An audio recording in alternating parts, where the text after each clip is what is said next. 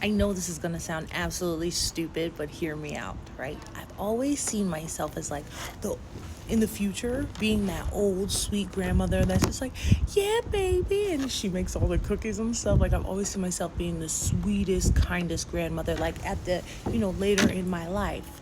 And over the years of me seeing this, I just have always realized how far I am from that. And then growing up and maturing, I'm realizing that all of this is meant, everything that I go through is meant for me to become that. Like that takes time in life, even people will say that their parents were not the same as they were when they were raising them as they are to their grandchildren. Like they're different, and that's just life. That's your temperament. That's just things happening, understandings and such. I just got a confirmation that like I'm changing into her. And it's, again, it could be stupid to you, but it means so much to me. I was sitting here, I was working on making space in my phone, and I had my phone in my hand, and a bee came up, and I'm like, yeah, it's fine, whatever, Mr. B. And I'm just living my life, and then he comes and he literally lands on my finger and is chilling. And I'm having a conversation with him. Hey, man, you having a hard day at work? You good? Yeah, nice to see you, Mr. B. Good job, brother. Because, we need the bees. Save the bees, y'all. Save the bees. And I'm talking to him. And he climbed all over my finger as I'm scrolling on the phone. And then he flew away. And before he left, I said, thank you. And then he left me. And it just warms my little heart. Number one, that I was a safe place for him to come and land on.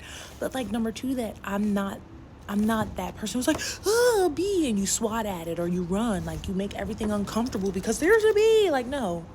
I said hello to him and I thanked him for his job, because without him, we won't be here anymore, y'all. And him and his people are dying. Respect the bees, bruh. So, and it was just an exemplification of that softness that I'm developing, that God is developing in me, because he's changing my heart, y'all. Like I've really worked on this for quite some time, and I've actually felt him like mold my heart. He's already opened my ears, he's already opened my eyes. This is over the course of like the last 4 years, but now he's molding my heart. And honestly, it'd be painful sometimes. So to even I had a loving moment with a bee just now. My mind is blown. Like I just had a loving moment. It was just me and the bee out here, and I had my lunch, and we were just chilling. I never thought I'd be able to say that. So all that to say, it's working, and I'm on the path of becoming that sweet, loving grandmother, so that when I die in a million years, when I pass away, my grandkids and great grandkids will be like, she was the sweetest woman. She loved the Lord. My grandma, because of my grandma, my prayers are still being answered. She prayed for me. Like, yeah, it's all that in the bag of baloney. We out here trying to break generational curses and develop, right? 'Cause